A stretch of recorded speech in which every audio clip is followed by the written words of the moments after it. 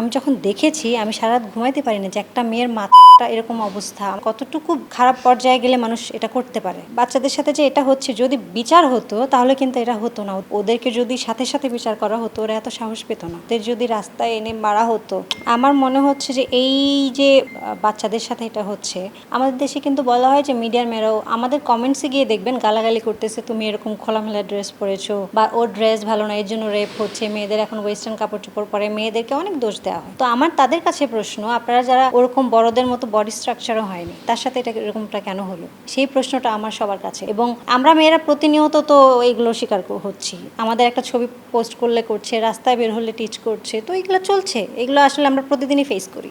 আর এখন বলবো যে এটা চরম পর্যায়ে চলে গেছে, এরকম বাচ্চাদের সাথে যেটা হচ্ছে এটা নিয়ে খুবই, আমি যখন দেখেছি আমি সারা রাত ঘুমাইতে পারি না যে একটা মেয়ের মাথা এরকম অবস্থা, আমার মনে হয়েছে যে কতটুকু খারাপ পর্যায়ে গেলে মানুষ এটা করতে পারে। তো এটা নিয়ে সবার সচেতন হওয়া, শুধু ফেসবুকে পোস্ট করে কোনো লাভ নেই, সবার এটা নিয়ে কাজ করতে হবে। সবাইকে কিসের বিচার হবে, কিসের মামলা হবে, কিসের রায় হবে, এটা তো সাথে সাথে ওকে মেরে ফেলা উচিত। আমি চাই সেটা। আমার মনে হয় যে এই কয়েকদিন ধরে আমি খুব দেখছি এটা বাচ্চাদের সাথে এটা হচ্ছে। আমি বলবো যে ঈদ লাগছে মনে, খুশির জোয়ার সবখানে, আর ঈদ লাগছে মনে, বিকাশ পেমেন্ট সবখানে।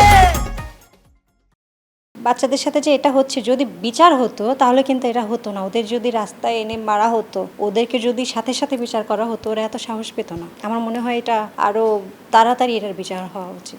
এইগুলো তোকে মানুষ বলা যাবে না। আপনি মানুষ, আমি মানুষ, আমাদের দ্বারা এটা সম্ভব না।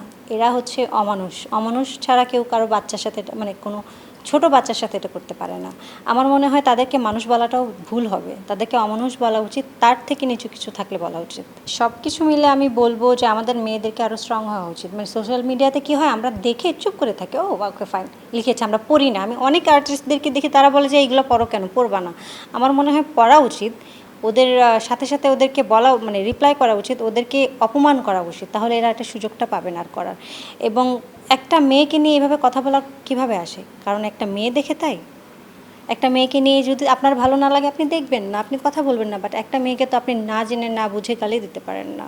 সাধারণত আমরা দেখি যে মেয়েদের ক্ষেত্রে এটা আঙুলটা তোলা হয় কেন। এই ব্যাপারগুলোতে মেয়েদেরকে আরও সচেতন হওয়া উচিত, মানে এগুলো প্রতিবাদ করা উচিত। হ্যাঁ, একটু সোশ্যাল মিডিয়াতে গিয়ে দেখবেন যে কমেন্টস করা হচ্ছে, গালি দেওয়া হচ্ছে, ভালো একটা শাড়ি পরলেও বলা হচ্ছে যে ও যে এটা দেখা যাচ্ছে, ওটা দেখা যাচ্ছে, এটা করছে, ওটা করছে, মিডিয়ার মেয়েরা ভালো না। মিডিয়ার মেয়েরা ভালো না মানে কি, এটা কেমন প্রশ্ন হতে পারে? বাইরের মেয়েরা ভালো, তাহলে বাইরের মেয়েদেরকে তোমরা এভাবে নষ্ট করছো কেন, এভাবে বাজে করছো কেন, ছোটো বাচ্চাদের সাথে এরকম করছো কেন? রাস্তায় যে মেয়েগুলো বের হয়, বাইরের মেয়েগুলো, তাদেরকে তো সারাদিন দেখবেন অনেক টিচ করা হচ্ছে, তারপর হচ্ছে বাজেভাবে তাকানো হচ্ছে, তাদের বডির দিকে বাজেভাবে তাকানো হচ্ছে। তো কেউ তো বাদ যাচ্ছে না। আমি তো দেখছি যে প্রত্যেকটা মেয়েই প্রত্যেক দিন এসবের শিকার হচ্ছে।